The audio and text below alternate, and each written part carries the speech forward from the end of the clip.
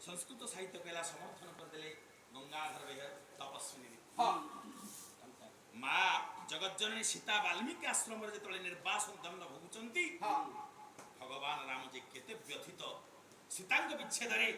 से दिन मने मन अनुमान अनुभव करछंती गंगाधर बेहर तपस्विनी लिखिले राम निजे स्वीकार करछन कहले कांता बिना कांत प्राण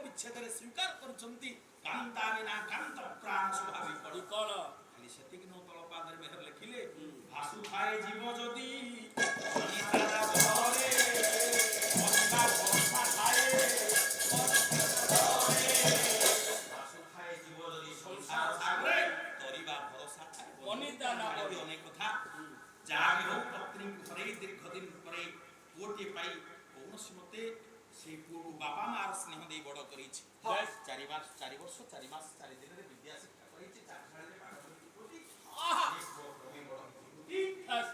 विश्वास भिक्षा करी आने बापो पुदीटा सिथिर चली जामती किछि किछि चाउल बिक्री करी अर्थ संचित करे जीवन भीतर 100 टी स्वर्ण मुद्रा से संचय करछि चाउल बिक्री करी 100 टा स्वर्ण मुद्रा कय करछि क्रमे गोटी से दिन 12 वर्ष हो गला बळे चिंता कला ब्राह्मण विष्णुदास समय सरी आसलानी पार्थक्यर उपस्थित शेष सकाल रे पहुंचलानी मो जीवन रे गोटे बड़ अभिलाष थिला स्वामी स्त्री मिसी को तीर्थ करिथान ये तो चली गला एबे 12 वर्ष रही गलानी ये जीवन रे गोटे मन भूत अभिलाष थिला को नै तीर्थ परिक्रमा करि फेरिबी तापर मो जीवन रे शेष अभिलाष सरी जीवो संत मंडली पुओ को से दिन 12 वर्ष होला बेले विचार कला पुओ को संगर नै तीर्थ परिक्रमा जीवी ले कोन करिबी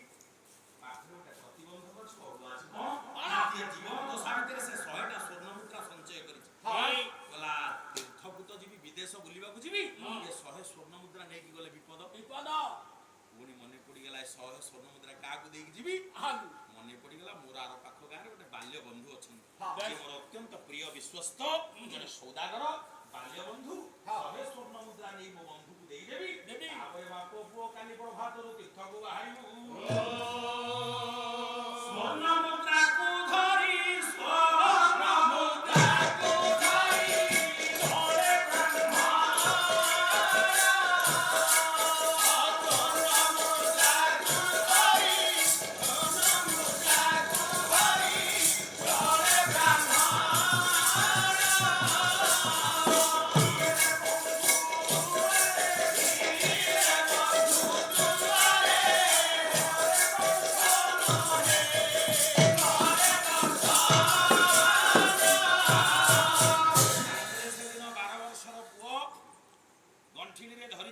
स्वर्ण मुद्रा बांधीची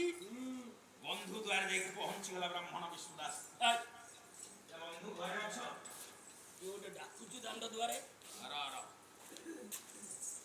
आचार प्रणाम बहुत दिन देखा ये छुआ की